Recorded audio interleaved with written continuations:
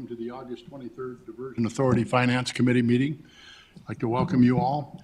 First order of business is we'll call it the order and then approve the minutes of July, or roll call of the members, excuse me. Don? Mayor Dardis. Here. Mayor Mahoney. Here. Mr. Peterson. Mr. Steen. Here. Ms. Thompson. Here. Ms. Johnson. Here. Mr. Redlinger. Here. Mr. Grimberg. Aye. Mr. Pepcorn. Here. Mayor Carlson. Here. Mr. Reeds. Here. Ms. Madriga. Here. And quorum is present. Thank you, Don. Second order of business is to approve the minutes of July 26, 2023. It is attached to the packet and is on page 3. Move to approve. Thank you, Mayor Carlson. Is there a second? Second. Mr. Steen seconds. Been moved and seconded to approve the minutes of July 26, 2023 as distributed. Is there any discussion? Hearing none, all those in favor, please signify by saying aye. Aye. Aye. Opposed? Motion carried. Item number 3 is the approval of the agenda. It has been distributed. Move to approve. Thank you, Mayor Mahoney. Is there a second, please? Second. Mr. Steen seconds. Been moved and seconded to approve the order of the agenda. Is there any discussion? All those in favor, please signify by saying aye. Aye. Opposed? Motion carried. Item number 4 on the agenda is the approval of the bills. We'll call on Susan Thompson, City of Fargo, for that information. It's on page 6 of the packet and has been distributed. Okay, we had 6 bills paid for a total of $9.7 million. They all are kind of the usual items. The largest two were 7.2 and 2.3 million to Cass and Clay County respectively. Thank you, Mrs. Thompson. Are there any questions? Anyone? Move to approve. Second. I have a motion and a second to approve the bills as presented by Mrs. Thompson. Is there any discussion? Don, would you please call the roll? Mayor Dardis. Yes? Mayor Mahoney. Aye. Mr. Steen. Yes. Ms. Thompson. Yes. Ms. Johnson. Yes. Mr. Redlinger. Yes. Mr. Grimberg. Aye. Mr. Pepcorn. Aye. Mayor Carlson. Yes. Mr. Reeds. Yes. Ms. Madriga. Yes. That is everyone. Thank you, Don. Item number 5 is the finance report. Again, we go to Mrs. Thompson. It's on page 18 of the packet. Okay. Statement of net position, assets for the month of July 31, 2023, grand total of $173,175,220, liabilities of $684,386. So net position as of the end of the month, $172,490,834. Any questions on the finance report?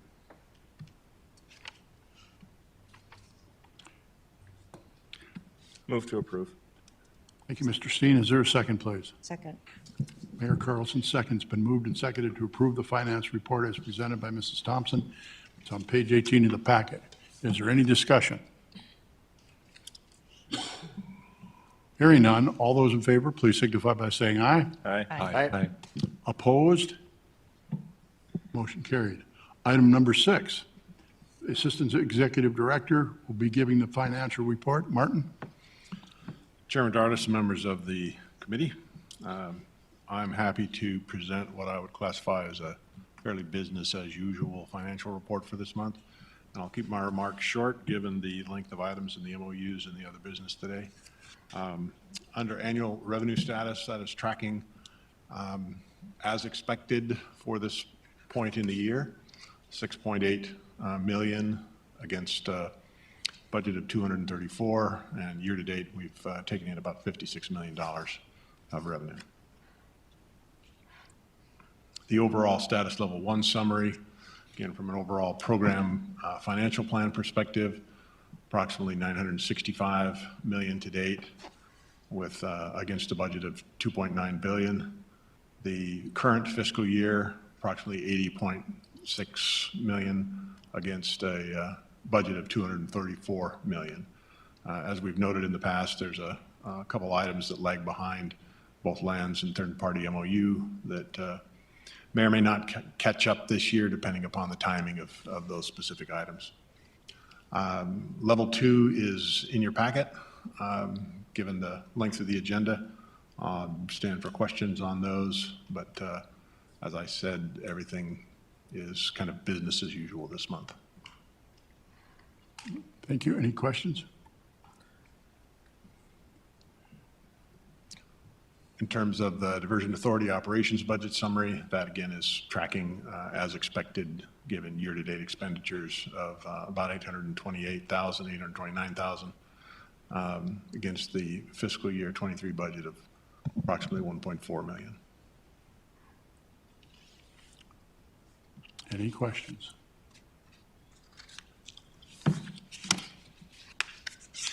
I'd like to go on to item A there, Martin. Yes, with respect to budget change requests, we have really one budget change request that ends up affecting two line items. It's approximately a $1.3 million movement of money from the program budget into the P3 non-contingency change events. This is for a utility that was originally planned to be outside the P3, but is going to be done by the P3 developer at a cost that was expected and per the budget. So it's merely a moving of a budget category from one to another. It's a net zero change in terms of the program budget. Thank you, sir. Any questions? This is an actionable item. Move to approve. Thank you, Mayor Carlson. Is there a second, please? Second. Mayor Mahoney seconds. Been moved and seconded to approve the cash budget change request as presented. Is there any further discussion? Hearing none. Don, would you please call the roll? Mayor Dardis. Yes? Mayor Mahoney. Aye. Mr. Steen. Yes. Ms. Thompson. Ms. Johnson. Yes. Mr. Redlinger. Yes. Mr. Grimberg. Aye. Mr. Pepcorn. Aye. Mayor Carlson. Yes. Mr. Reitz. Yes. Ms. Madriga. Yes. That is everyone. Thank you, Don. Item number 8 is the DA Board Approval Contracting Actions. That is a placeholder that we go through every month. We have nothing for approval this month, so we'll move on to item number 9, the MOUs and agreements. We call on Mr. Shockley, Legal Counsel for the Diversion Authority. Thank you, Mr. Chair. And I have a number of MOUs and agreements for the Finance Committee to consider recommendation of. The first is a MOU between the Cass Rural Water Users District and the FM Diversion Authority regarding this stormwater diversion channel. And this is an amendment to the existing MOU providing for the construction of some additional water lines. This work was contemplated, but it's being moved into this year under the MOU. We are having the P3 contractor construct this work as it was a more favorable bid than what we felt that the market could provide. Certainly happy to answer any questions, but it's a very straightforward amendment regarding the relocation of some water lines. Move for approval. Thank you. We can do them all at once? Sure. Okay. Please continue. The second item I have is a MOU with Cass County regarding some improvements for the 37-foot flow through town. As you'll recall, with the project increasing the flow through the community, there are some roads that are impacted during extreme flood events. And so this MOU sets forth the responsibilities for the road raises, the County Road 31, that's on the north side of Fargo-Moorhead, and it allows the road to remain passable during comprehensive project operation. The county is going to be responsible for designing, bidding, and constructing the road raises with the traditional oversight from the authority. The authority is responsible for reimbursing the county all the costs associated with it. Happy to answer any questions, but it's very similar to the other improvements that we've seen with the city of Fargo. This just impacts road raises because of the operation of the project and the 37-foot flow through town. Any questions from Mr. Shockley on this second item? Thank you, John. Continue, please. The next item is another MOU with Cass County dealing with the upstream mitigation area that is south of the southern embankment. And this just provides for coordination between the county and the authority prior and during and following the comprehensive project operation. It outlines flowage easements that'll be granted from the county to the authority to allow for operations of the project. The county owns land, just like any other property owner owns land, and so we needed some flowage easements on those parcels. The flowage easement cost is minor, so it's not like a traditional acquisition. It's just we needed to outline the responsibilities. And then it also allows for the coordination between the county and the diversion authority following cleanup. Happy to answer any questions, but once again, another very straightforward MOU. Questions, anyone? Thank you. Please continue. The final item I have is actually a number of roadways agreements, and I think I can summarize all three of them. So there are a number of properties that are above the impact of the property. However, access to their properties is impacted during comprehensive project operation. So while their house wouldn't necessarily need to be purchased, for example, they wouldn't be able to access it during times the project operates. And so rather than purchase the house, the concept is to enter into agreements to raise the road so that they can continue to access the house, continue to use the property, and avoid a buyout of the property. And so in order to effect that, we need to enter into agreements with the township for road raises because the township is the ultimate controller of the right-of-way. And so really this is about raising the roads a little bit so that they can be passable during project operation. In general, the concept is that the township takes care of the property acquisition, design, the spreading of gravel, the road raises, and the authority will do the reimbursement. And so this is viewed as a more cost-effective alternative than the actual purchase of the house. Thank you, Mr. Shockley. Questions, anyone? Please continue. That's all, Mr. Chair. This is an actionable item, and it would be items A through D. I'll move to approve. Thank you, Commissioner Grinberg. Is there a second, please? Steen seconds. Thank you, Mr. Steen. Moved and seconded. Is there any discussion? Hearing none. Don, would you please call the roll? Mayor Dardis. Yes? Mayor Mahoney. Aye. Mr. Steen. Yes. Ms. Thompson. Yes. Ms. Johnson. Yes. Mr. Redlinger. Yes. Mr. Grinberg. Aye. Mr. Pepcorn. Aye. Mayor Carlson. Yes. Mr. Reeds. Yes. Ms. Madriga. Yes. That is everyone. Thank you. Mr. Shockley? Thank you, Mr. Chair. I have one item more for informational purposes only for the Finance Committee. Wanted to flag up that within the next 6 months, Cass County Joint Water Resource District will be renewing the temporary refunding improvement bond that they'd issued at financial close for temporary financing. That's in the amount of $180 million.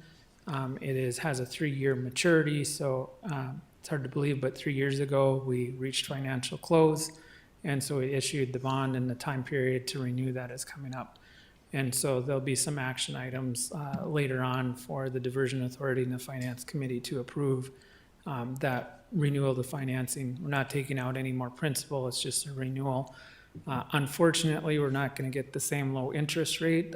That issue currently has a interest rate of 0.49. And so I don't foresee a world in which we'll get 0.49% interest ever again, but it'll be much higher than that. I just wanted to flag that up, so. Thank you, sir. Anything else for us? No, Mr. Chair, thank you. Thank you, Mr. Shockley. Moving on to other business, item number 10, we call on Chris Backegaard, engineer for the Diversion Authority. Thank you, Chair Dardis. Members of the committee, we have 3 projects that were bid this last month, DA-led projects that we're recommending approval for. Mayor Dardis, would you like us to maybe go through all three of them, or you want to take them one at a time? Doesn't make a difference to me, but What's the pleasure of the committee?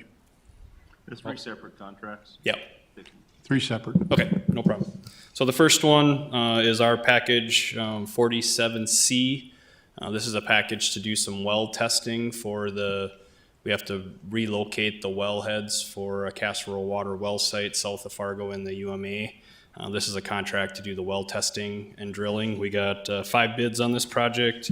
The bid came in slightly under our estimate, and we are recommending award of this project to LTP Enterprises, Inc. in the amount of $438,600. And I'd stand for any questions you have if you have questions on this particular contract. Questions from Mr. Bacher? That's quite a spread. Chair, I was just going to ask a question in regards to that. I mean, between the two lowest is a pretty significant difference. Do you want to comment on that? Yeah, I guess I haven't looked at if there was any particular bid items, but yeah, is quite a bit of difference. Most of it's probably just interest and availability. Part of this is getting bid a little bit late. You'll see that in these other 2 bids as well. So we probably just got a little fortunate that we had somebody that was available. I don't know, Paul, did Ian do any digging on that one at all that you heard of? No, specific data that, looking at, similar to your perspective, that the others had more work on the books, and this was one firm that was a little bit more hungry.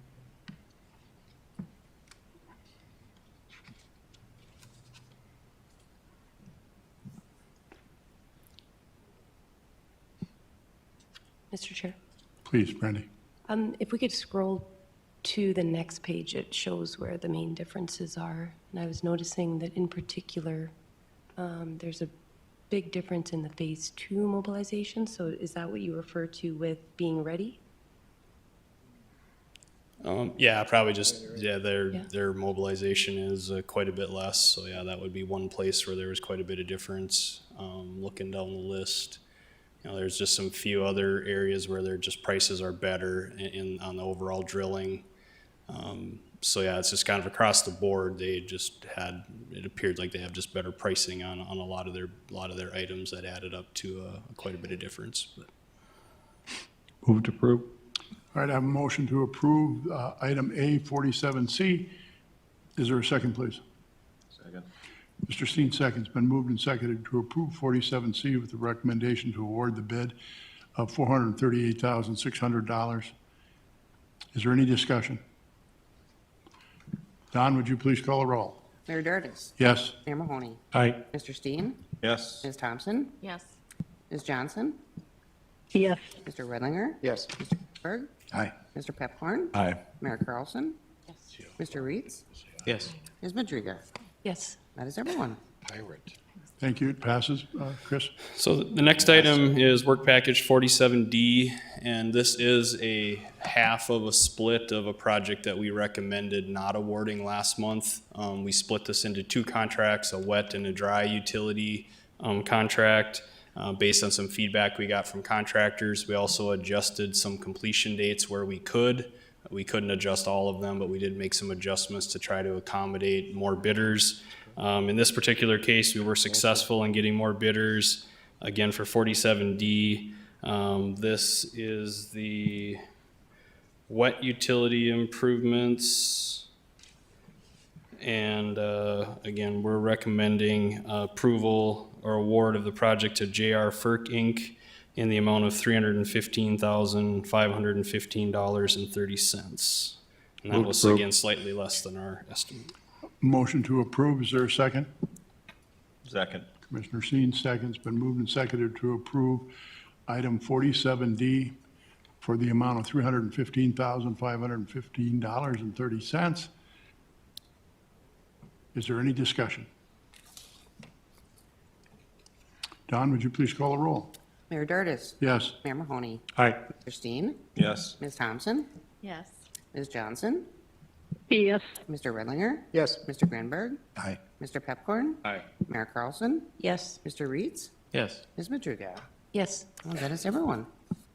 Thank you. Motion passes. Please continue.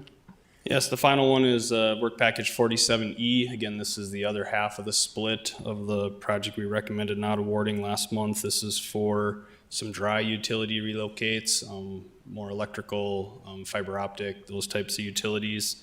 We did only receive one bid on this. However, the bid was very close to our estimate, so we are recommending approval of this work to Wagner Construction, Inc. in the amount of $1,447,837.45. Again, stand for any questions that you might have for that.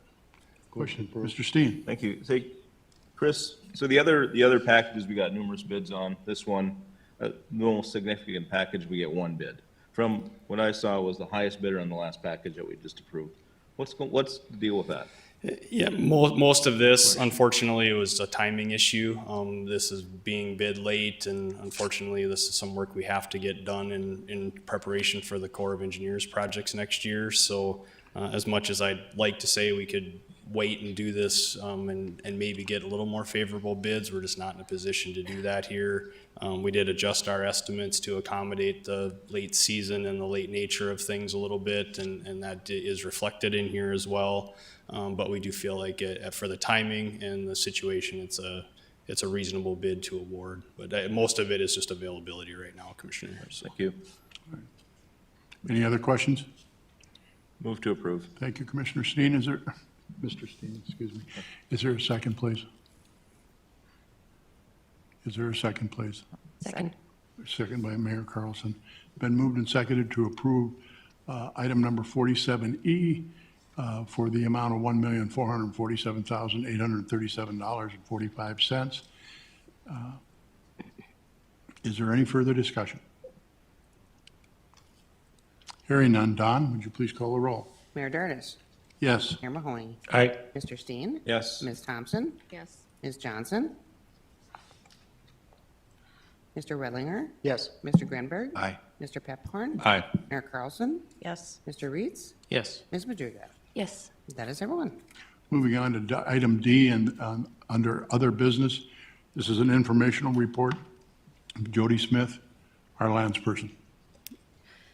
So I'm just going to cover this very high level, and then if you have any questions, I'll be open to that. So overall, we're tracking fairly well on our overall lands acquisition budget. If you notice on the diversion channel and associated infrastructure, if you go all the way over to the right-hand column, the estimate at completion is that we would have an excess $24.5 million within the diversion channel. Going down, and let me pause there for a second. When I go through and look at what settlements are yet to close, everything has a settlement on the table that has been approved with the exception of one OIM that'll go to the Cass County Joint Board tomorrow for a recommendation of approval. When you look at that and the funds that need to come back in, because in many of our settlement agreements, part of is funds would come back as a part of the quick take deposit, we'll actually bring in $1.1 million into that line item. So this will actually track closer to about $25.5 million.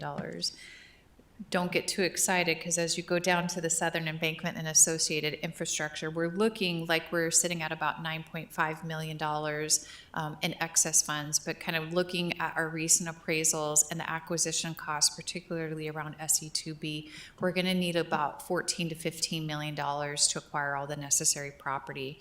So some of that excess of $25 million will be expended down in the southern embankment. So again, we'll need to shift about $6 to $7 million down there to meet the acquisition needs there. If you go down to the work package 38, which is the upstream mitigation area, this is probably the biggest unknown. We've acquired approximately 40% of the flowage easements in this area, and we spent approximately 42% of the funds that are available. We have approximately $20 million in land acquisition property rights that should close by the end of September, which then hopefully will remain on track, and we'll be able to kind of push that against, what we had budgeted for the end of the year. So. Are there any questions or concerns? Questions from Ms. Smith? All right, thank you. Would you please continue? So the next agenda item, I believe, is the RIMP loan program. This is something that this committee should be fairly familiar with. Again, this started back in May of 2020 and it's a voluntary program that is offered to our landowners to acquire a loan, and this is a part of our negotiations with them. If you go on to the next slide where you get to that chart, Peggy, keep scrolling down. This is where I want to spend most of our time today, just because I know this committee is familiar with this program. We're currently authorized at $15 million. We have outstanding obligations of $10.7 million. We have additional $2 million that has been offered. We do estimate the potential that there is another almost $5 million in property owners who would be eligible for the loan. That puts us at about $17.7 million, which is, again, it's over the $15 million authorization that we already have. We are asking for additional $5 million. That on the far right-hand side, that fuchsia color, we do have one landowner who has been identified as being eligible for RIMP loan. They haven't indicated if they wanted it, but on our best estimates, that's an additional $3 million. We also have 8 potential applicants. Most of those we don't believe are eligible, but they haven't applied for it. And so we want to leave a little bit of negotiation room there. Of those that are listed in the blue, meaning they have the potential to be eligible but have not been offered it, there are 4 of those property owners who have not received appraisals yet. So I know the conversation has kind of come up, you know, if they've had the opportunity, this is voluntary. Several of those are still waiting on their appraisals. Without that appraisal, we're not able to complete a comprehensive settlement negotiation. The funding, this $5 million, that extra funding would come out of the lands budget, so that program budget that we just went through. And as you could see, we did have some funds still available that we could use to negotiate the settlements on this. Thank you. Any questions? Ms. Smith? Again, this is an actionable item. Move to because approve. you requested a $5 million. I have a motion by Mayor Mahoney. Is there a second, please? Second. Mayor Carlson seconds. Been moved and seconded to approve the loan budget change of $5 million on the program budget. Is there any further discussion?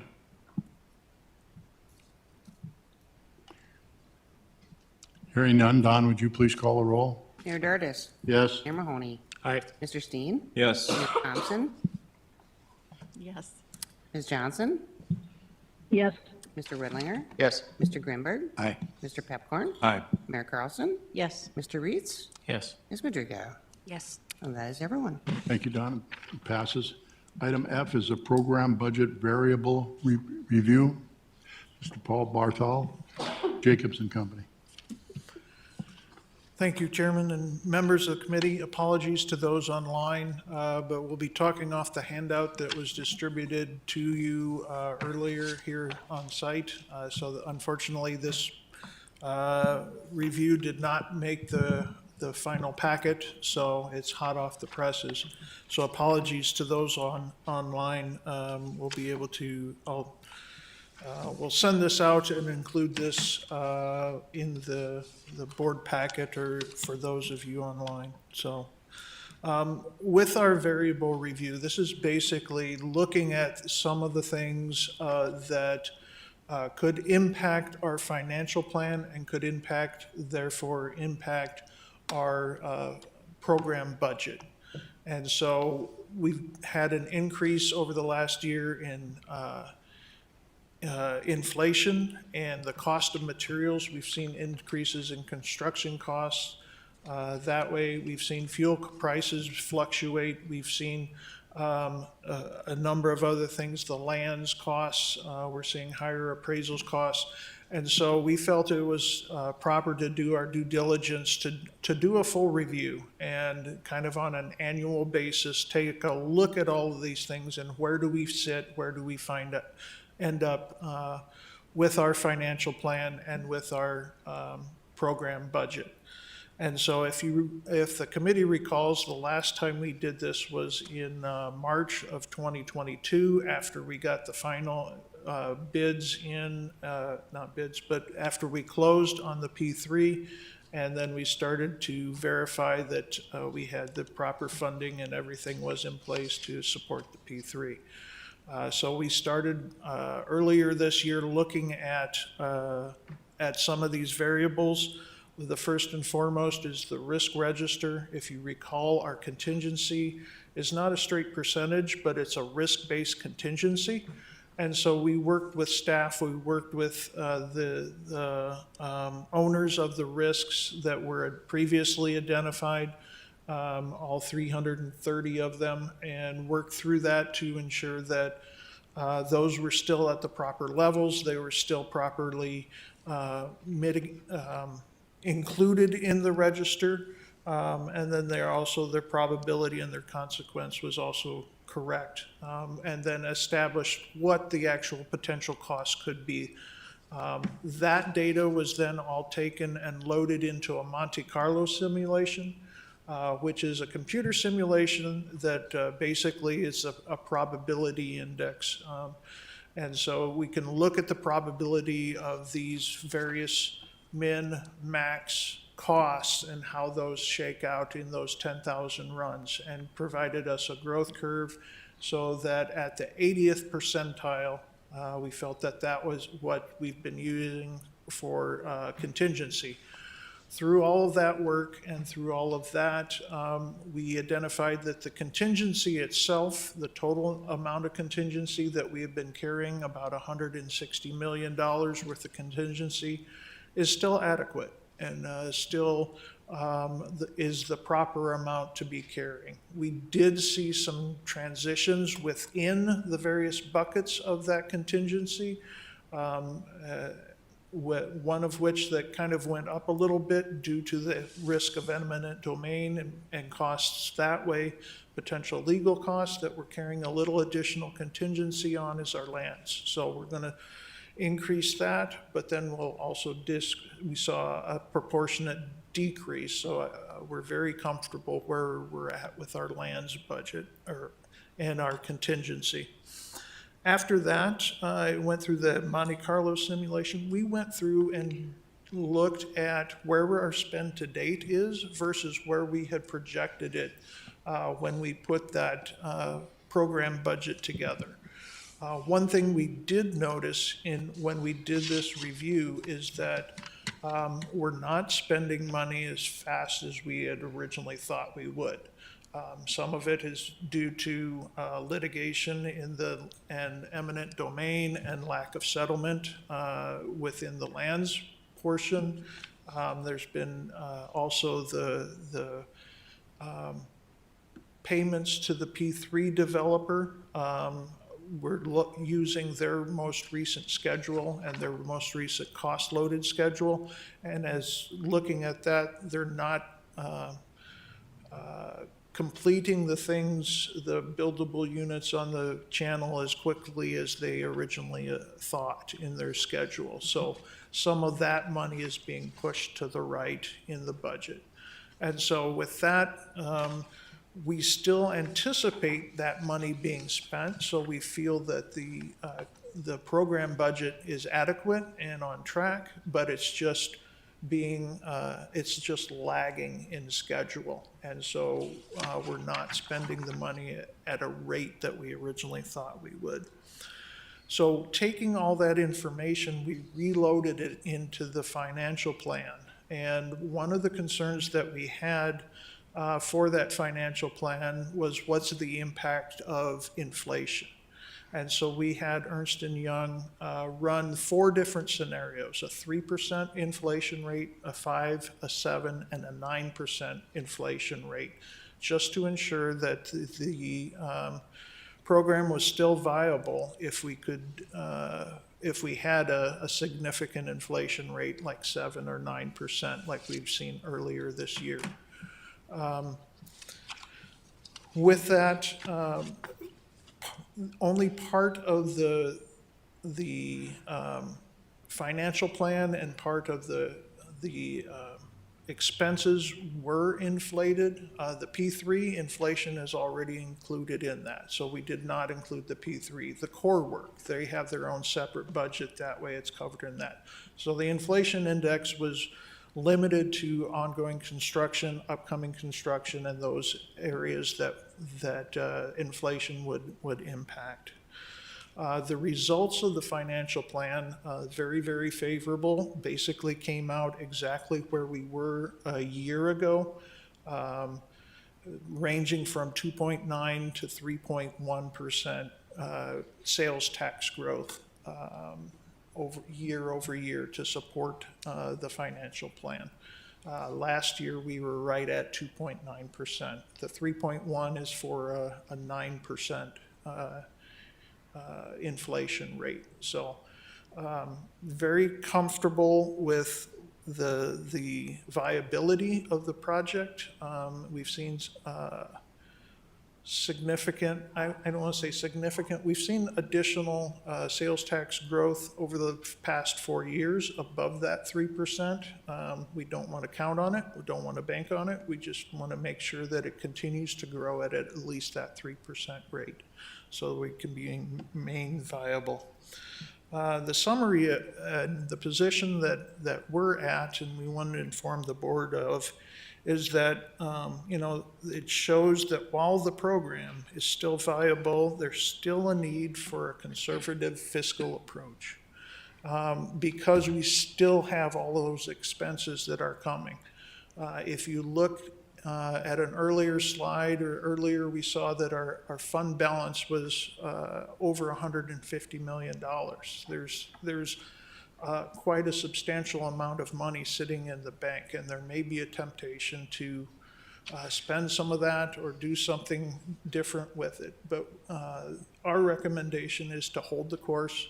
We will eventually spend that money.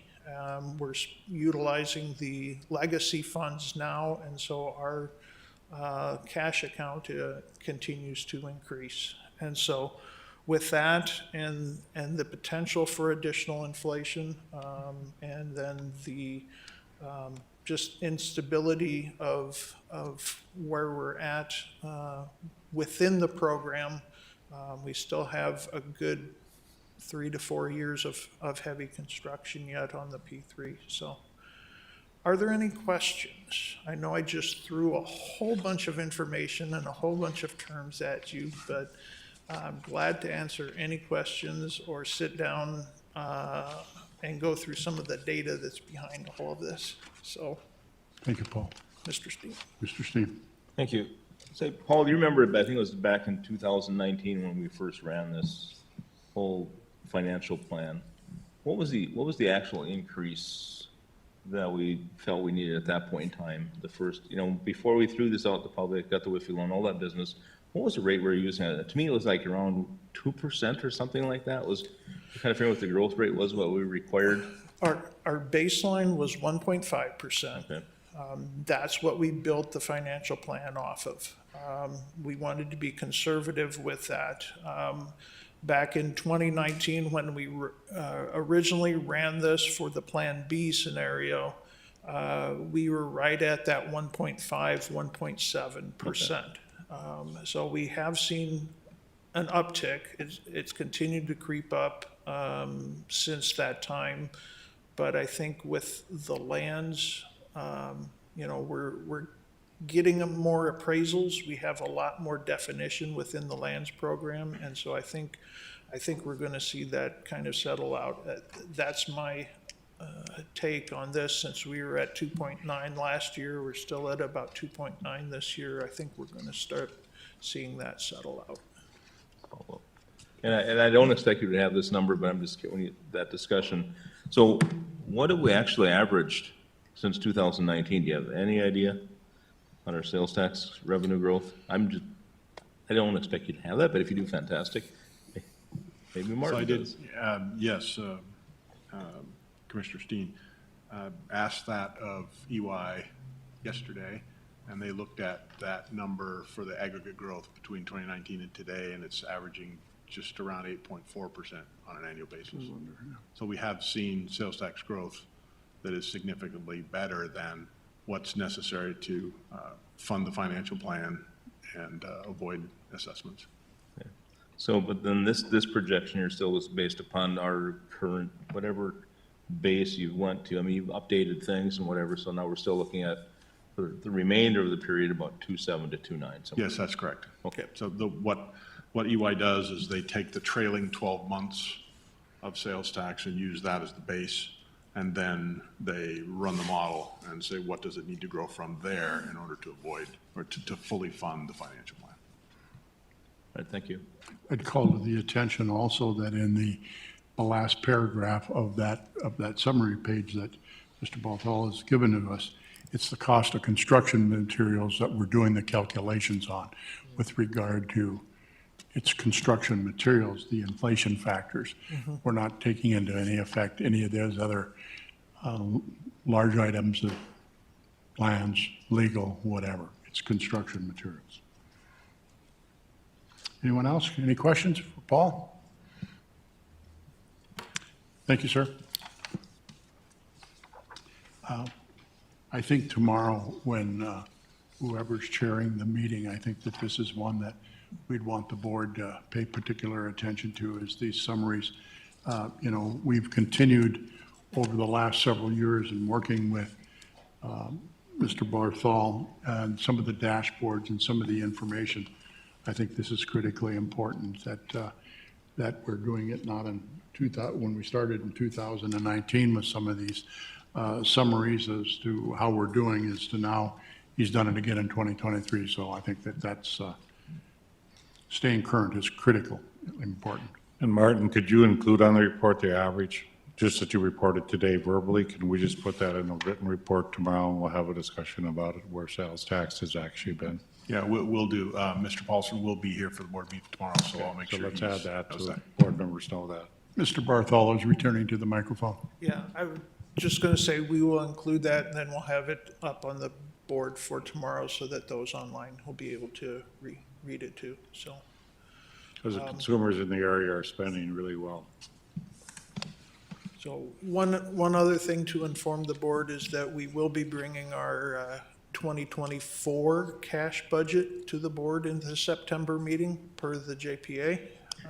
And so we'll start bringing that. We've wanted to get through this exercise first, and then we are going, applying to the program budget that we've identified here that we're keeping consistent, and then going to utilize that for our 2024 cash budget. So that will be coming before the board for your review, and then final consideration in either October or November. Thank you, sir. Any questions on that? That concludes today's meeting, unless anybody from the Finance Committee has anything that they'd like to bring forward this afternoon. Anybody from the Finance Committee? Anyone of the staff have any non-agenda items that they'd like to bring forward? With that, our next meeting is September 27th. Have a good day. Thank you.